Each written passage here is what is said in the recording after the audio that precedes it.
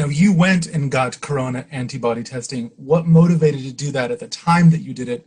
Why not sooner? Why did you make that decision, and how did you go about doing it? It never really dawned on me. What happened was I went for an annual physical. I go every single year for an annual physical. And as I attended my annual physical, I said to my doctor, I said, "You're going to draw blood for me. Is there any chance that you can test my blood for the corona antibody?" And he said, "Why?" I said, "Remember how sick I was back in November? It just wasn't right. It was not the flu.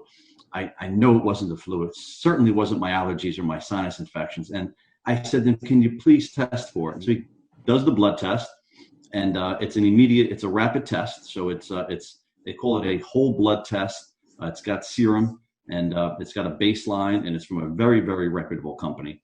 And he does the test, and he goes, "It takes about 10 minutes. And he looks at it, and he goes, "I could tell already where it's going. You're fine." And him and I were just chatting about a couple different things. And a few minutes later, his head looked down, and I saw his eyes almost came out of his head.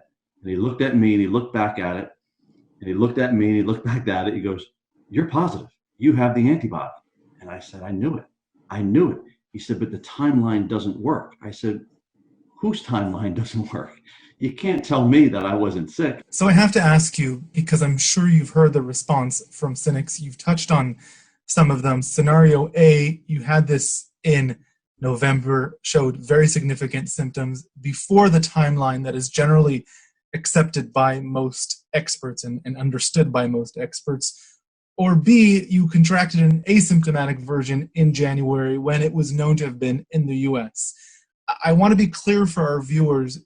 You've said that you are in touch with your body. You've drawn the conclusion that it's likely A. And I've been very clear. I've been very clear that A, I tested positive for coronavirus, and I've been an advocate for corona antibody testing. And I've also been very clear that it is my suspicion, it is my sincere belief that it was absolutely in November and not in January or February. I've also received dozens and dozens of emails and probably hundreds of social media comments of people sharing my story and sharing their own stories with me, thanking me for coming forward, because we were overrun from what I'm told in November and December with people very, very sick that tested negative for flu A, tested negative for flu B, tested negative for strep, that were going repeatedly to their doctors in November and December, and that were told that they don't have a flu, they just have bronchitis, they just have a bad cough, or it's a bad cold. And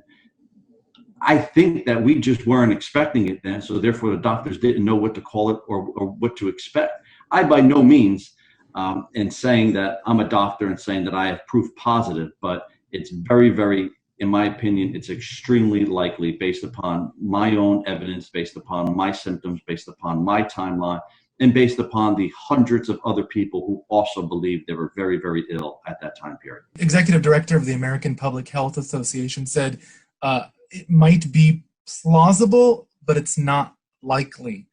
That is from the American Public Health Association. What's your response to that? I stand up to say that I was sick in November. I met all of the criteria. I have a positive antibody test, and I am certainly not alone in my assertion that I was sick in November. There are many, many other people. And I asked on Twitter. I'm still waiting for a major U.S. market-based media company to do an investigation, to do a study, to just how many people think they were sick, and then go back and find out how many people actually thought they were sick and have tested positive for the antibody.